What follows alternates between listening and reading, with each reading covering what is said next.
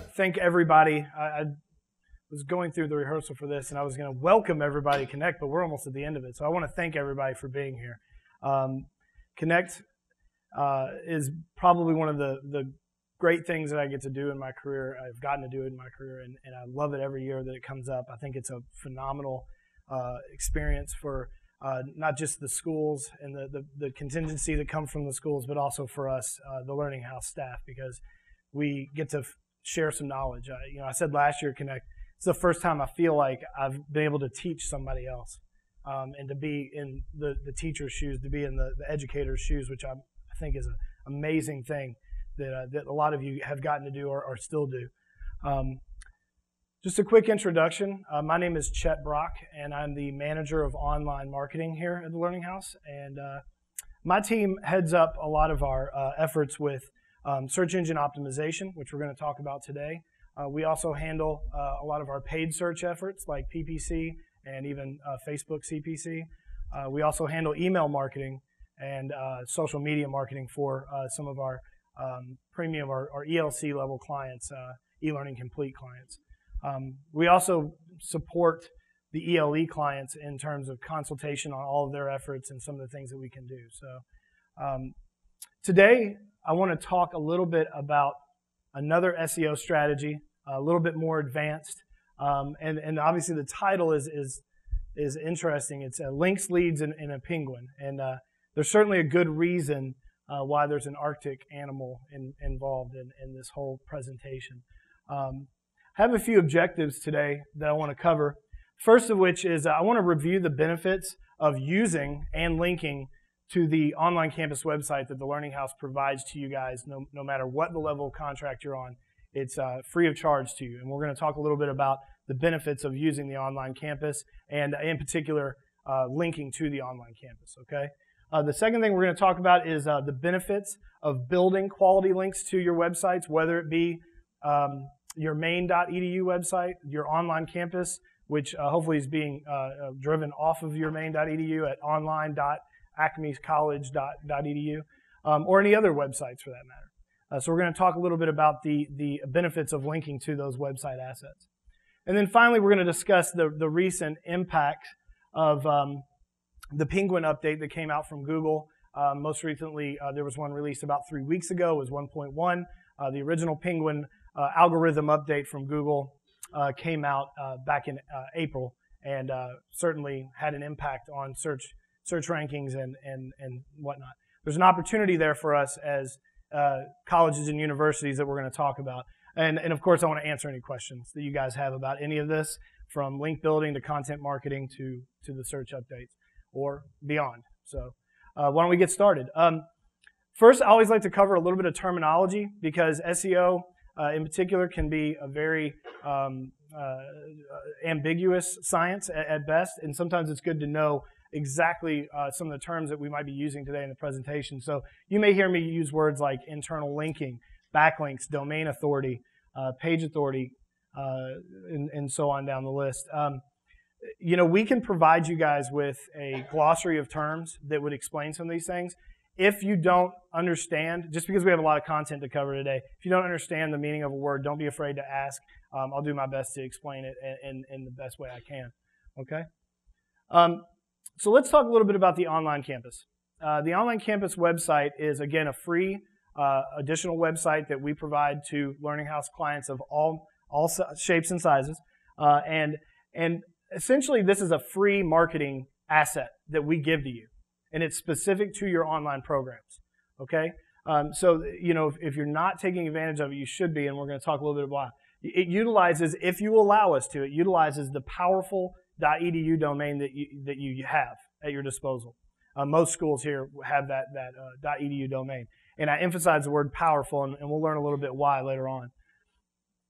The online campus also provides a way for us to track leads and data that you may not currently have on your main.edu site, okay?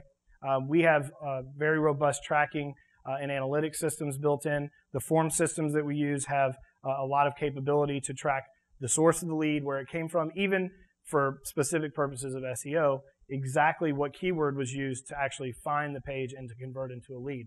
That's obviously great information to know because it allows you knowledge of what you're converting for. Another benefit is that it offers a separate website for additional search engine optimization opportunities. And what I mean by that is you may currently have search optimization strategies or tactics going on at your main.edu. You're optimizing for your domain name, for your school name. You're optimizing for the programs that you offer, ground and online versions of those keywords. What this offers you is an additional set of pages. If you know anything about SEO, you can only optimize so much in a given page for a given amount of content. So what we're offering is the ability to have more pages to optimize for. So there's more opportunity out there to get ranked for more keywords. Obviously, that's a good thing. We're casting out more nets to get more students. The bottom line is that if you're not taking advantage of the Learning House provided website, the online campus website, you should be, okay? There's a lot of arguments for why you might want to keep things under one umbrella, but we're working hard with our schools to really make the website experience for both prospective and current students more seamless. And if they're ground and they may be interested in taking online courses, we want to make it easy for them to find that ability, okay? So, if you're not taking advantage of it, please talk to your marketing coordinator if you have one, if you haven't talked to them in a while, and talk to them a little bit about the online campus, okay? So now that we've talked about the benefits, by the way, again, ask any questions, interrupt me. Let's make this a conversation if you all want to. Why should we link to the online campus? We kind of understand why it's important, why it's beneficial, but I really want to tell you why we need to link to it. Now, what I mean by linking to it is that we want you to strategically link from your main.edu to your online campus site. There's a lot of reasons why we want to do that. So, first of all, your prospective students, believe it or not, and I think if any of you got to sit into in the Aslanian study session, there are students searching for your school and your school offering online programs. Okay, they are searching for that today. Data supports that every school that we work with has searches coming in for Acme College Online, Acme College Online programs. They're looking for your school. So we want to make sure that you're getting in front of the students that are already looking for your brand online. Okay. Linking to the OLC also further refines the enrollment funnel a little bit. Okay. Most of these visitors are obviously still hovering above your enrollment funnel. And by pushing them down into the online campus, you've, in an essence, predisposed them to being at least interested, maybe not sold on, but at least interested in online programs. So it further refines that funnel because you know just by their visitation that they at least have some interest in the program in an online format. The online campus also, it in turn advances that prospect further down that funnel. Okay, so we've now had a decision point. I'm interested in online programs. Now I'm actually going to go into the online campus, which should give me further refined information. And that obviously tells us a lot about that visitor. If they become a lead, it tells us even more about the lead, the prospective student.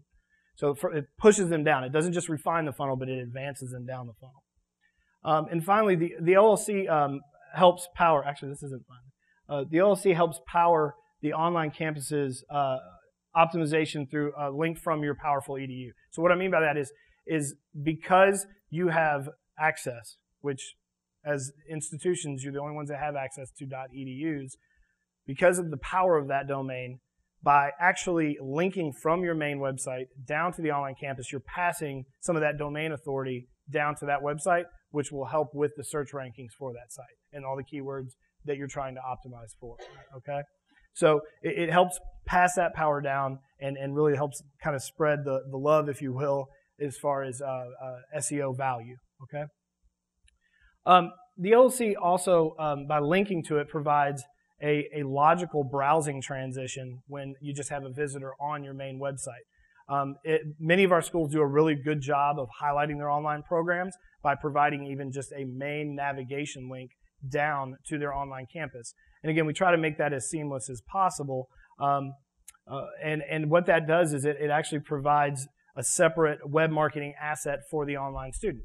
So, your website, your main.edu website, is going to bring students in that may have an interest in online programs. So by providing a logical link in the browsing experience down to the online programs, we make it that much easier for them to get into our enrollment funnel. Okay?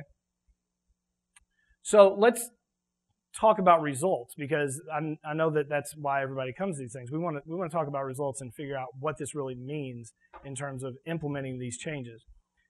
This is a case study that we did. It's a school much like a lot of your schools, 1,000 to 499 total institution size, private, not-for-profit, 4-year above, and it was in the Great Lakes region. I'm not going to name the school, but I want to actually show what happened when we actually were able to implement strategic links from their main.edu website down to their online campus website. Okay. First of all, there was clearly an increase in traffic to the online campus, referral traffic as we call it. It's referred from the main website, from the main.edu down to the online campus, up 470%.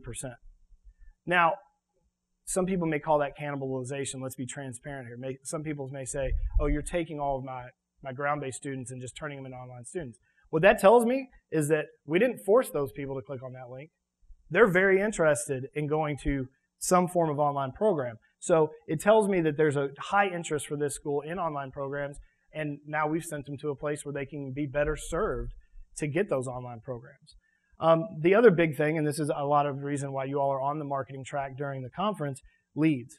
25% increase in leads in 15 days. And I can tell you that represented about a 50 lead increase, organic lead increase in those 15 days. That's 50 additional prospects that they were able to work with. Now let's look at another one. Similar institution size, this time down in the Southeast region. Okay, really the only difference here. The reason I use this case study is because this is a better, more well-established online campus. Had longer growth, has more traffic already to it. But when we went in and actually revised the strategic linking from their main.edu logically down to their online campus, we saw a 39% increase in traffic. Okay? And again, another 18% increase in leads in 30 days. Now, 18% increase when the site's already been live for many years, that's significant increase with minimal effort. The changes that I'm proposing here, or the implementation that I'm proposing, should take any webmaster of any worth less than a couple of hours to do to mean this much for your online programs. So if you're trying to grow your online programs and you are leveraging the online campus through the Learning House, this is one of the biggest bangs for your buck that you can do, okay? Because you're going to help push them down the funnel further, and you spent what, maybe a day if you have a lazy webmaster? So, you know, it's well worth the time and investment. The Learning House can also help you, and actually, in some cases, may have already sent you an evaluation of where links would be logical on your main.edu to then pass visitors down to your online campus if you're using it. Okay, if you haven't talked to your marketing coordinator about it, I encourage you to do so. So, any questions about that? Any questions about the online campus or anything? We're going to get into some advanced linking tactics here. So, you know, in the age of content marketing and search engine optimization, a lot of times we say it's not what you know, it's who you know. Okay, so it's who you're associated with, both outbound and inbound. And I'm talking about the website that you all have. So when we talk about search rankings, we often talk about quality links because we want to actually get links from quality sites and pass links out to other quality sites to basically build our network of webs, of the website and who we're associated with. So there's new rules to this, though, because of some of the updates that have come recently. First of all, you really need to, first and foremost, develop a strong internal link structure, okay? And we'll talk a little bit about that at length. But, you know, developing that internal link structure is really a good starting point when you're talking about linking. And what I mean by internal link structure is obviously inside your own website. From one page to another, what logically does that mean? Okay?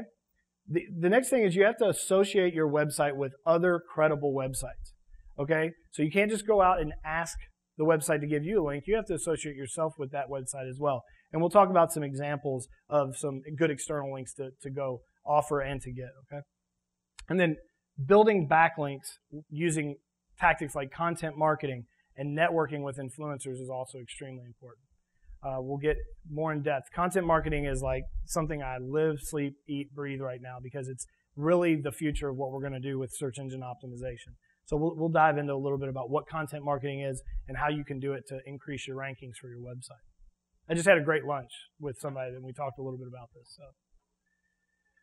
So let's talk a little bit about the internal link structure of your website. We're running on the assumption in here that everybody's done a little bit of keyword research and that everybody knows what keywords are important to your website. Okay, so I'm running on that assumption. There is webinars and other things available through the Learning House website that will go into depth with keyword research. It was something we covered last year, and we've done a video webinar to touch on it so that it's available on demand. But I'm showing you a site right now that clearly has stated in this related link section here. Hold on, I get to use this. Oops. Sorry, hold on just a second.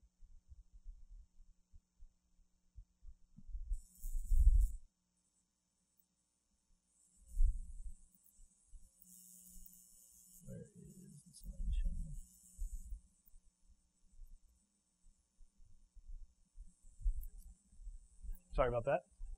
The website I'm showing you has, I'm just going to tell you this, has noted that this related link, college student loans, is important to them. But it's not this page that word is important to them. Okay? It's this page, right here. Notice the H1 tag for any of the HTML people out there. This is their H1 tag, college student loans. So if we go back, we can see that essentially what they're telling visitors and search engines is that this word on this page, we want to point its power to this page. This is the page that this word is important for. Okay?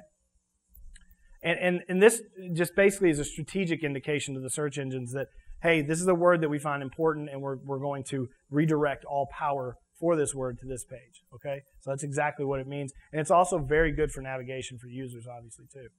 Okay?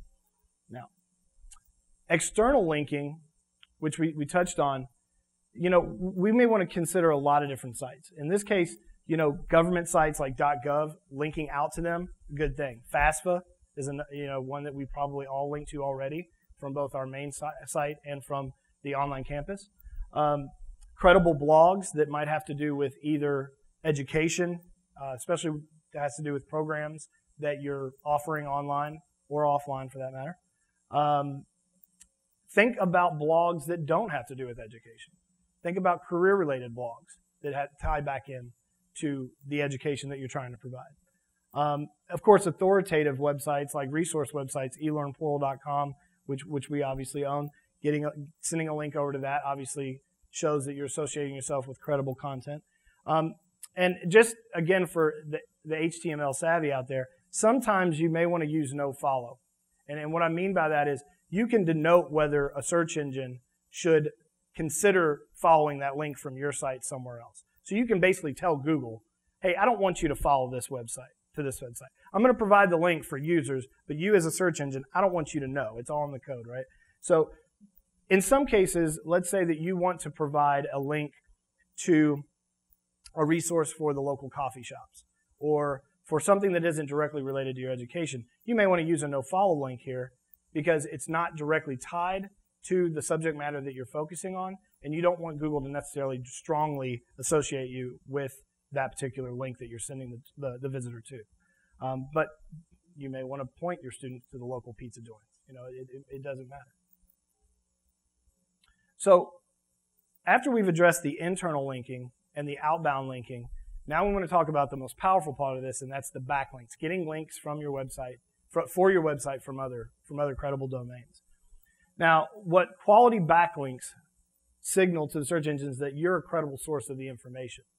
So for one, you better be a credible source of your college's name and anything that has to do with your college's name. So when you're creating links and going out and generating these links, and by generate I mean going out and trying to get other people to give you links by calling them, by emailing them, whatever it may be, you may want to use links like Acme College Online. Say, hey, use that anchor text, use that text in your article or your blog and link back to my site with it. Because that's going to denote to the search engines, this is an important word that somebody's associating with this website. Okay? The next reason why building the backlinks is important is because backlinks, and in particular social signals, and I'll explain what that means in a second, they generate a greater awareness and increase the chances that your content will be shared across the web. Now, a social signal is essentially the idea that you've created a post inside of a social network, inside of a social sharing site like Dig or StumbleUpon or Reddit, and that you're basically linking back to the content that you've displayed on the website. Okay? So, in essence, what we talk about is that by generating social signaling, social links, you can increase kind of the brand awareness and the information that's being kind of spread across the social platform, social landscape. It also, because you're putting that content out there on the social platforms, gives it a greater chance of being shared. Now, one of the big mistakes that a lot of people have made for a long time is that they think that all that their backlinks should do is increase their rankings. But if you're doing it the right way, we really believe that it should improve rankings, but it also should increase visits. Visits from real human beings that might actually be interested in your programs. So going out and posting on some subdomain blog site and just putting out a spun article 10 times with your anchor text of Acme College Online is not necessarily going to help you this day and age. And that ties us into the Penguin update that we'll talk about in a little bit. So make sure that you're posting on websites that have real visitors, that have real human beings, which usually means you have to identify your audience too. So make sure that you're identifying your audience and finding websites through that method. And then finally, with building backlinks, it really increases the diversity of the websites, the variety of websites. That can help you expand the keywords and the volume of keywords that you can then be found for. Because you're going out and you're asking for links from these different websites, you can really expand the horizons as far as okay, well, maybe I want to go after this word or this variation. In fact, the variation is very important. Just as another kind of off-the-cuff case study, we've been working with the school since October of last year, and essentially we started working very heavily on their RN to BSN program. Okay, and we focused on really just two main terms that we wanted to really get links for. Okay, two phrases, if you will, that we knew by doing our research and our due diligence had a significant search volume.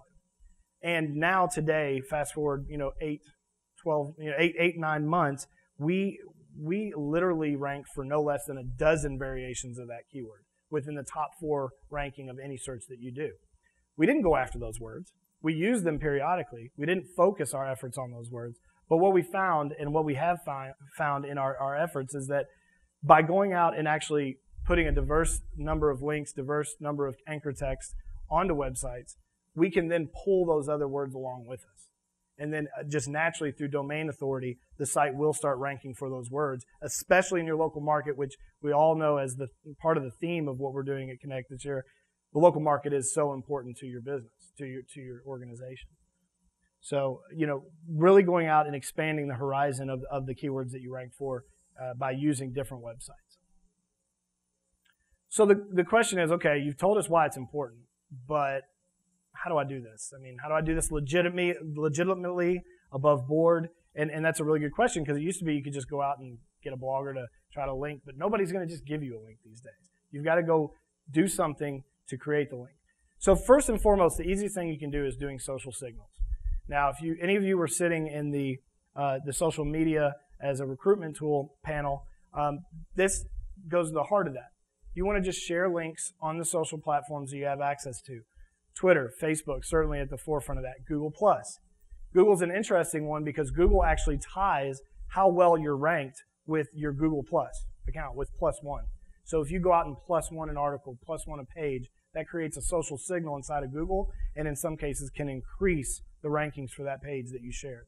Okay? Some other ideas in terms of social sharing is sharing bookmark sites.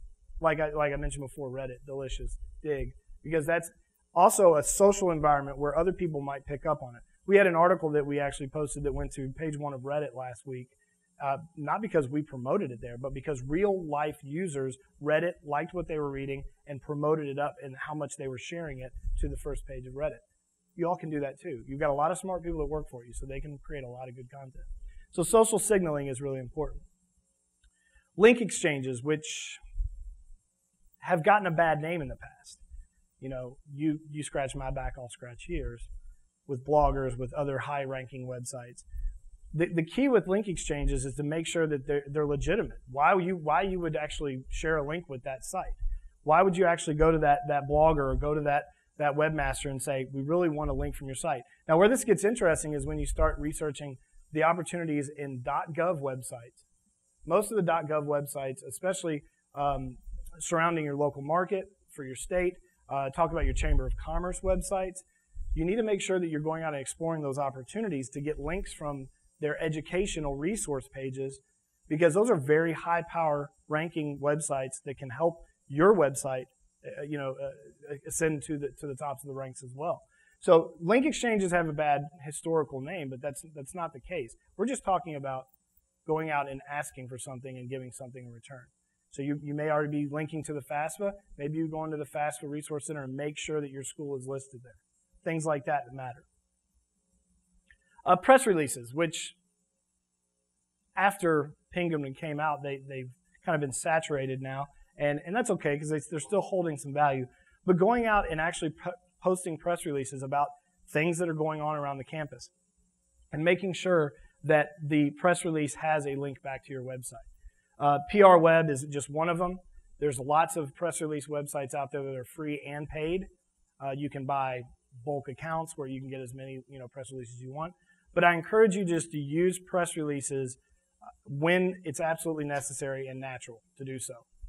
Make sure that it's press worthy so that you're not oversaturating it and it doesn't look like spam. Influencer links are really valuable, but they're probably one of the most difficult types of links to get because you have to build a relationship with somebody. You have to go out and you have to network with people to actually get the link. You have to sometimes just continue to harass them in essence to say, hey, we're putting out great information here. Take notice and start linking to us. Maybe you syndicate one of our articles that we wrote. Maybe you actually just mention us in your blog and provide a link. So influencers may be a blogger that has to do with the career path that your students can take. Lifehacker is just a very generalized site that has a lot of information. Some of you all may have been there. But there's a lot of great influencer sites. Your media, mass media, could be considered an influencer in your local market. So definitely take a look at some of the sites that you can get, in essence, low-hanging fruit from to say, okay, you have to do with, your subject matter has to do with us. Okay? Content marketing, my favorite. We get to talk about it for a minute. And some of you that I talked to in the reception last night and in the hallways, I promised you I'd show you an infographic. And infographics are kind of a hot topic. Some of you all may have read about them. A lot of you probably look at them and read them all the time. But what content marketing really is giving people a reason to link to you. Okay, you have to put out something that somebody wants to read, something that somebody wants to share. It's gone are the days of going out and producing mass, frequent content that's just keyword rich, keyword saturated, and hoping that the search engines pick up on that. You really have to go out and almost become journalists in essence. Go out and do some research, write an article. Don't write an article about your school. Don't write an article about your programs. Write an article about something that you think your audience, student, might be interested in, your demographic, your persona. That article that we wrote that went to page 1 of Reddit was actually about childhood obesity. And it was just essentially talking about how many states, Minnesota being one of them, which was the tie-in, of course, were combating this. So, it had nothing to do with the degree program, but it spoke volumes to the audience that we were actually trying to target. Okay? Content marketing does not have to be an article either. It can be a white paper. If you're not familiar with the term white paper, I think most of us are, but a downloadable PDF that has some really great information. We just produced a online success guide recently. It was like 8 or 10 pages of great information for online students. Now we leveraged it to get their email address, but it's just one of the ways that you can use great, interesting content to get additional entry points for your prospective students. Now, an infographic, how many people here are familiar with the term infographic? Just a couple, okay. So what an infographic really is a graphically designed set of data. Something that would otherwise be very difficult to digest, to read, to understand, but it is put in a graphical manner that's given a flow that's easy to read and understand in a matter of just minutes. Just some resources to see examples of infographics would be Infographic World, dailyinfographic.com is another one if you want to just see examples of these. To give you an example of something we're working on, we're actually next month going to be producing an infographic we're excited about that is actually talking about what happens technologically, in particular IT-wise, behind the stages in Nashville. So, I mean, obviously with big business music, there's a ton of technology that goes into what happens behind the stage. So we're going to actually take the infographic, we're going to break it down into a stage, and it's going to be a graphic that describes the different IT happenings behind the stage at a music concert or at a music show. So it's a pretty cool way of actually getting in front of the people that might be interested in IT but also love music. Nashville, what a perfect platform for that. So we're really excited about that. And certainly news-worthy content that you're already producing, research that your students are doing, that maybe your faculty is doing, very, very good. And in fact, that piqued some interest at our lunch meeting today. And then, of course, student resources. So heaven forbid you get a student to blog for you. That would be awesome, because who speaks better to students than students? So just a few ideas of how you can market the content that you maybe already are producing, that you have available to you, or just some new ideas like infographics that you can try out. Any questions about that? Any questions about the linking? That's a mouthful. So I think we're doing okay on time. Let's talk a little bit about Google's Penguin update. I want to just tell you a little bit about the details of the update and essentially what it means for the web in general, for the search industry in general, and what it means for us as far as opportunity goes. So what is the Penguin update? Well, it was an algorithmic update. Can't talk about SEO without talking about the word algorithm, right? So basically what it is it's the most recent one. And just to put it in perspective, Google releases anywhere between 4 and 8 algorithmic updates a year. And then all the time are re-indexing. So they're doing a lot behind the scenes that you don't even know. But essentially what this particular update did is it was intended to reduce the number of websites that gave users poor experience and were essentially using spammy tactics from the search results. Okay? So sites that really, if for example, use just nothing but spam content. A lot of you all have probably heard of article farms, where people just go and produce a ton of content that they want to then use for backlinking purposes. Well, they often say there's nothing new under the sun, and Google was picking up on that because there's a lot of spun content, a lot of information that was already out there that really didn't have anything to do with anything. It was just spun information. Well, their goal was to actually eliminate some of that spam from the indexing. Now, to be honest with you, we have found that it also, in studies, we sleep, eat, and breathe SEO, but studies showed that it impacted legitimate websites. Websites that there was a story that just went viral about a pet supply store in California, small shop. The guy had made his living off of his pet store, and I believe the number. Don't quote me on this, but I believe the number was like 60% of his business came from his online business. And when the update came out, it crushed his business. It went down to 20% of his business, and it absolutely destroys. He's a legitimate business owner. So, I mean, he was not well protected from this, and it was on a totally different tangent, was some tactics he had used in the past, some things he had paid for to have done to his website that hurt him. Okay? So he's been rebuilding his business from that update. So he was a legitimate business owner, and he got hit pretty hard. Now, here's where kind of the segue into the opportunity for us comes, and that is that many experts believe that Penguin and other subsequent updates protected brands. Everybody in here has a brand. So that's good news for us. Coca-Cola has a brand.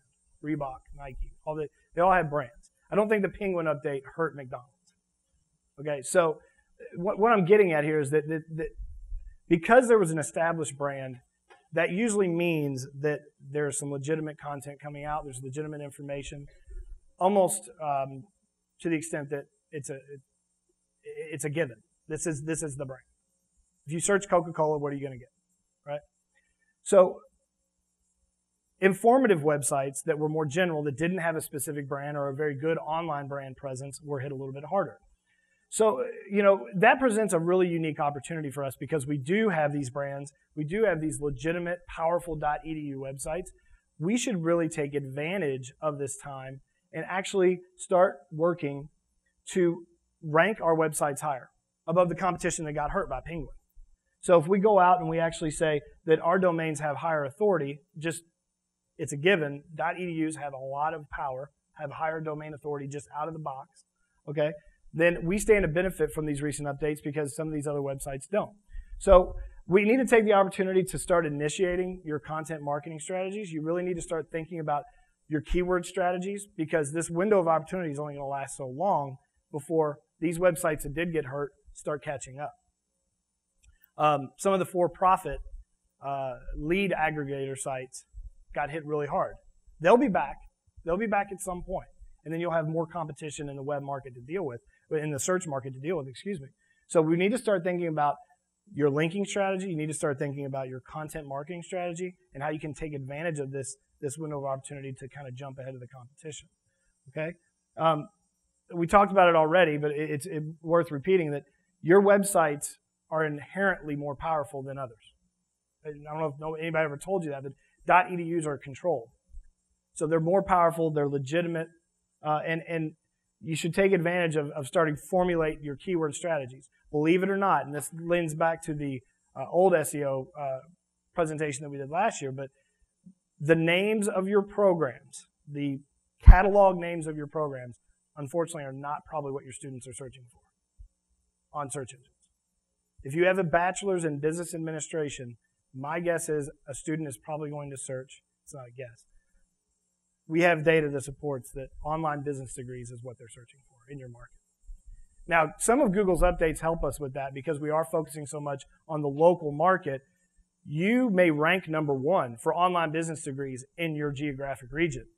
But if you change your geographic region or you tell Google, I'm no longer in Hebron, Ohio, I'm now over in San Francisco, California, it will update those rankings accordingly and actually rank something closer by if the right results pan out for that particular geographic region. That's a good thing for us. That's a really good thing because it means that we're getting targeted eyeballs on our web properties.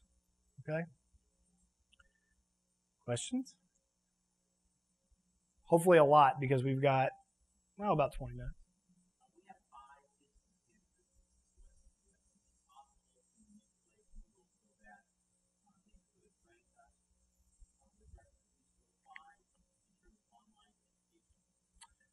Well, let me clarify that question. Do you have 5 campus websites? Okay. We need to have an offline conversation. but it is possible.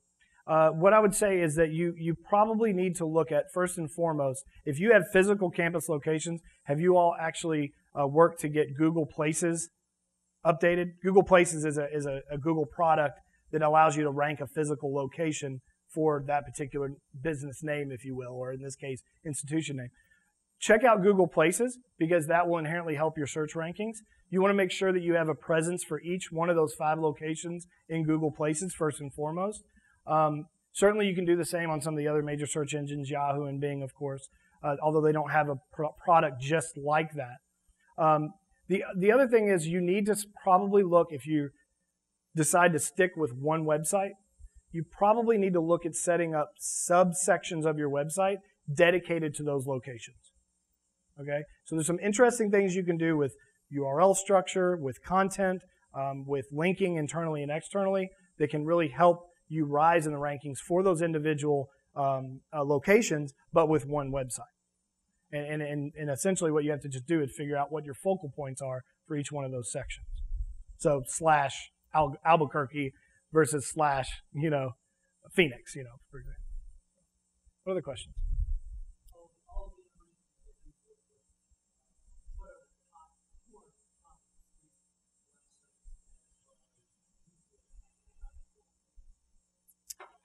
Top 3 websites.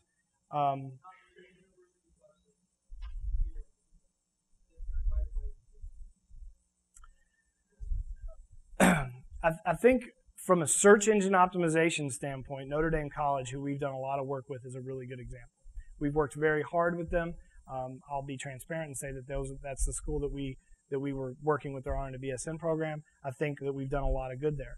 I have to go outside of the TLH family for a minute and actually mention another school that has always historically done a good job from an SEO perspective, and that's Drexel. Drexel was one of the front runners with separating their ground-based and their online programs, and even doing that to the extent that they set up 2 web presences.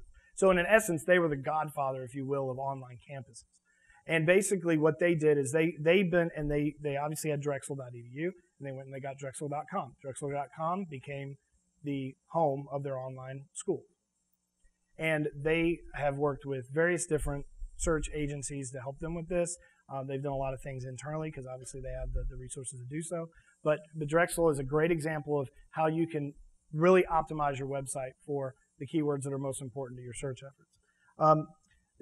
The last example that I would say maybe more kin to what you all are dealing with is one of our family members, Campbellsville University. Campbellsville University. Campbellsville really targets, we've heavily targeted their associate programs. So terms, and I haven't looked at it in a couple of days, so don't quote me on this, terms like online associates programs, associates degrees online, things like that, we've really worked hard. That's a good example of how you can really segment out your efforts, really focus in on a certain vertical of keywords and go after it. So, if you want to look at examples of websites that have been highly optimized, I also encourage you to go outside of the industry and start looking at websites that really have done a good job of focusing on strong content. Because when you talk about strong content, you're really talking about 2012 and beyond and the efforts that we make with SEO. Okay? So did that answer your question sufficiently enough? You said 3, right? Okay. Yeah, absolutely. And we can provide many more examples as well. What other questions? Come on, don't make me stand up here.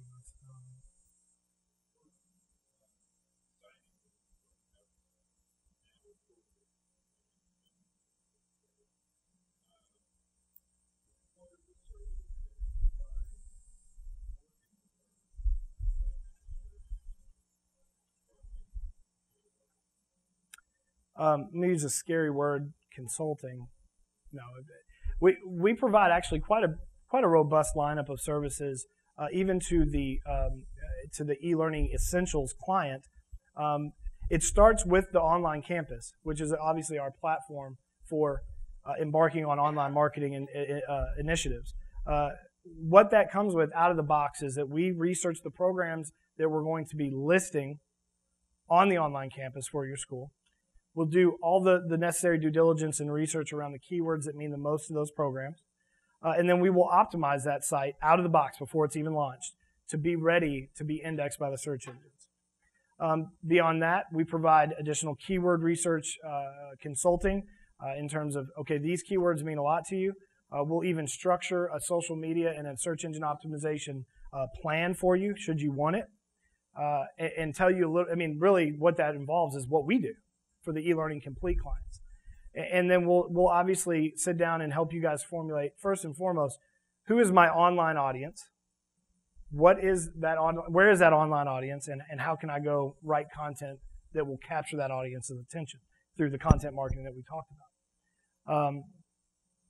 Social media, pay-per-click advertising, consulting, email marketing. We will provide graphic design assets, all of those things that come along with that.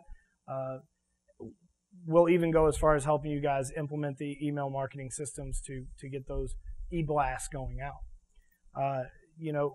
Beyond that, we have a dedicated marketing coordinator, obviously, that will work with you guys as often as we need to make sure that you're being consulted and educated on all those initiatives. Is that good? Yes, sir.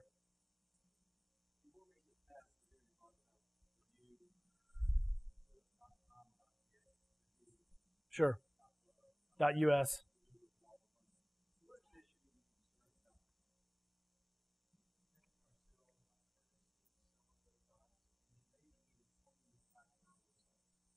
I don't think you should be overly concerned. I just think you have to take some measures to address it, especially considering the cost effectiveness of it. If you have available to you the .coms, the .nets, the different varieties of related to your school's name, and they're at their bargain price of GoDaddy.com, $12.99 or whatever it is this month, I would say go out and take care of them. Go out and get them and put them on a 10-year retainer, because it never hurts to protect your brand from erroneous individuals that might go out and actually get a hold of those domains. Now, beyond that, the other thing that it can help is if you ever should need to open up a new website for new marketing, you have assets available to you from a domain perspective. So you can go out like Drexel did with Drexel.com. You can go out and actually set that website up as a new, as we like to say, net that you can cast out into the online world to actually get more students and more leads. So I think that it's certainly something you need to address. It's certainly something you probably need to go investigate in terms of finding out if anybody's gone and purchased domain names, especially obviously the aforementioned XXX domain names that have been launched in the last 18 to 24 months, and really just as a protection long term for yourself. Any other questions? Well, yes. Please.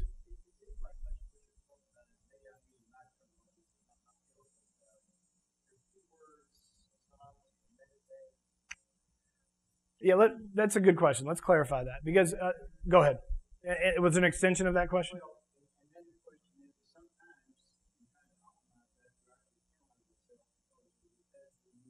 Correct, yeah. It actually lends to the, I wonder if they put my email address. Yeah, they did. It actually lends to the Penguin update a little bit, because what the Penguin update did down to its core is it basically went out and it started evaluating all of the anchor text, all of the links and the words that are in those links across the web, the links back to a particular web property. And if they saw an oversaturation of the same keyword, and in particular, if it had a very high search volume, like online business degrees, right, then they would start to get suspicious in essence. And so they started going through and finding out, are they manufacturing links? Are they going out and manufacturing these links? Let's just clarify what the difference between keywords and metadata is. Keyword is essentially just what an individual would use in a search engine, right? What they would type in to find any given piece of information, okay? So that's what we mean by keywords. Keywords across all the search engines, Yahoo, Bing, the other ones, have some specific search volume. Some are very long tail terms. They have a lot of words in them. They have very low search volumes. The head terms, as we call them, are the ones that are shorter, usually anywhere between 2, or really 1 and 5 terms inside that, or words inside that phrase. And they may have a very high search volume. The key is to find what keywords make sense for you. We find that even though we can go and rank for a word like Bachelor in Business Administration, it makes a lot more sense for us to rank for the word online Bachelor's in Business Administration because of the predisposition of the student we're going after. So metadata, on the other hand, is actually part of your website. Metadata is actually the header information that tells the search engines and, from a browser perspective, the user, what this page is about. So most metadata that people talk about are your page title, your meta keywords, and then your description. So it's a bit of a singular table of contents for that page. And it just clues the search engines in to what this page is about. Now, they put a lot of influence on the words that are used in those particular fields. So if you're optimizing, and this goes back to last year's presentation, if you're optimizing those pages, the first thing that we do is address the metadata. We want to make sure if you're wanting to rank for the word online business degree, it better be in that metadata. It better be used in the title tag. It better be used in the description tag. Okay?